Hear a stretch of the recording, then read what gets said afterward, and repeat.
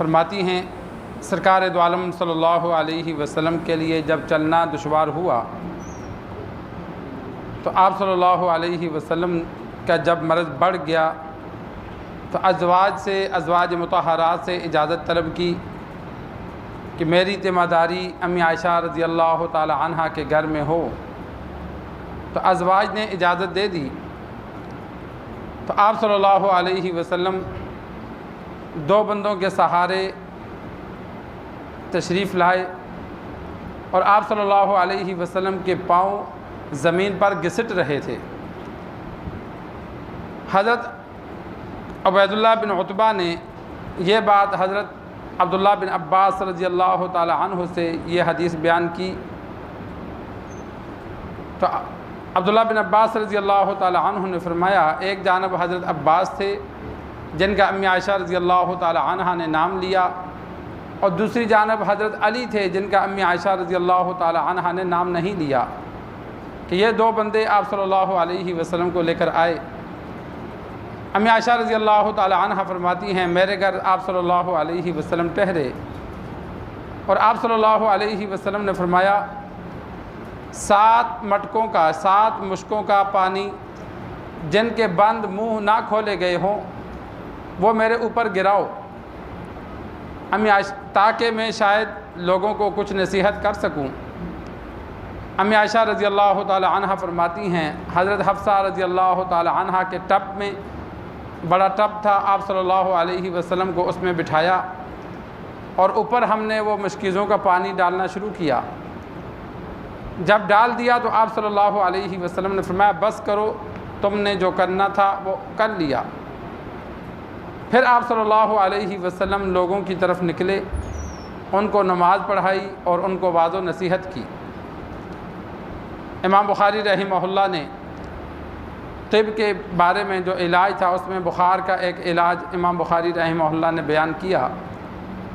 آپ صلی اللہ علیہ وسلم کا فرمان بھی امام بخاری نے نقل کیا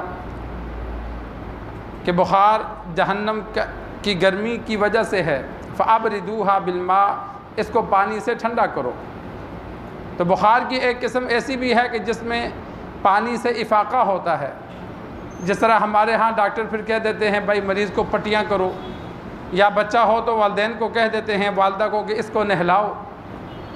حضرت اسماء رضی اللہ تعالی عنہ جب کوئی عورت یا بڑا آتا کہ بھائی بخار ہے تو اس کے پھر سینے پہ پانی ڈالتی تھی، پانی کے چھٹے مارتی تھی۔ تو جس بخار سے پتہ ہو کہ یہ گرمی کی وجہ سے بخار ہے، پانی افاقہ دے گا تو انسان نہائے۔ اگر زیادہ مریض ہے نہا نہیں سکتا تو پھر اس کے سینے پہ، اس کے پیشانی پہ ٹھنڈا پانی مارا جائے تاکہ اس کو کچھ افاقہ ہو۔ آپ صلی اللہ علیہ وسلم مرض الوفات میں بخار کی شدت تھی، تو دل چاہا کہ لوگوں سے کلام کروں، لوگوں کو نصیحت کروں، تو آپ صلی اللہ علیہ وسلم نے ازواج مطہرات سے کہا کہ مجھے نہلاؤ، لیکن 7 ان مٹکوں سے نہلانا جن میں رات کا پانی ہو۔ رات کا پانی ٹھنڈا ہوتا ہے، جس طرح دیہاتوں میں گڑوں میں رات کو پانی رکھ دیتے ہیں۔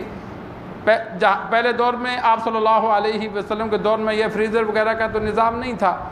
میٹھا پانی دور سے لایا جاتا تھا اور کنووں سے لایا جاتا تھا، ان کا پانی ٹھنڈا ہوتا تھا،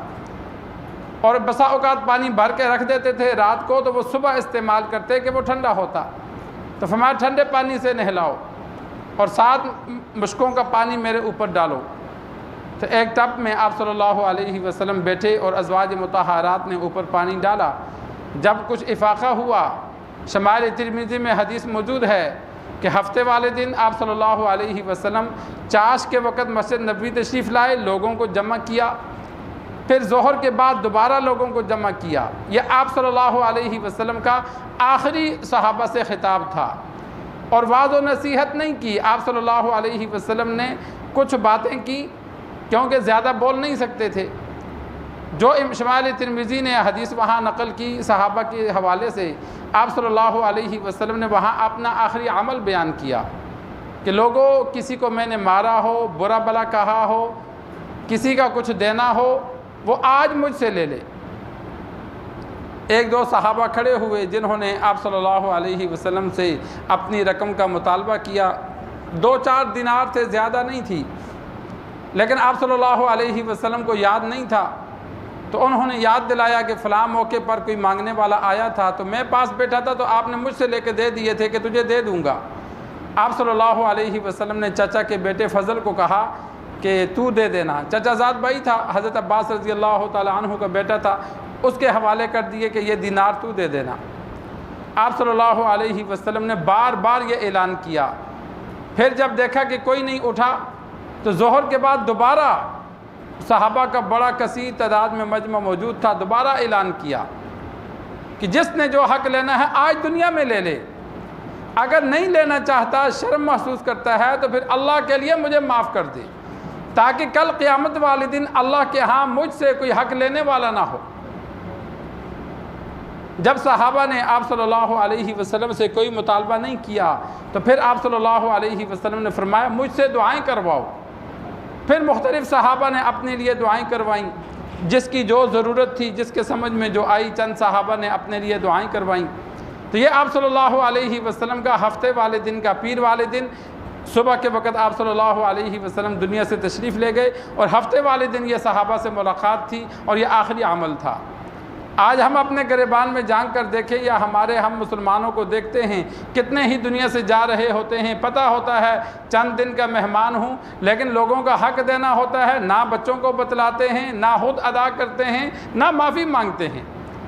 کہ انسان دیکھے کہ بھائی ان لوگوں سے میں ناراض ہوں یا ان لوگوں کا میں نے حق دینا ہے، نہیں دے سکا، تو چلو اب تو مر رہا ہوں، کیا کر لیں گے، کچھ نہیں کر لیں گے، چلو معافی تو مانگ لوں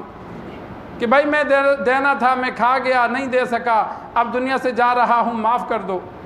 یا بندہ اولاد کو کہہ دیتا ہے کہ بھائی ان کا میں نے حق دینا ہے، تو لہٰذا یہ میری جائیداد ہے یا یہ میرے پیسے ہیں، اگر میں دنیا سے چلا گیا تو تم ادا کر دینا۔ یا جن جن رشتہ داروں سے ناراضگی ہے، بندہ کہتا ہے اب تو مرنے لگا ہوں، ناراض رہ کر کیا فائدہ، انسان صلح کر لیتا ہے۔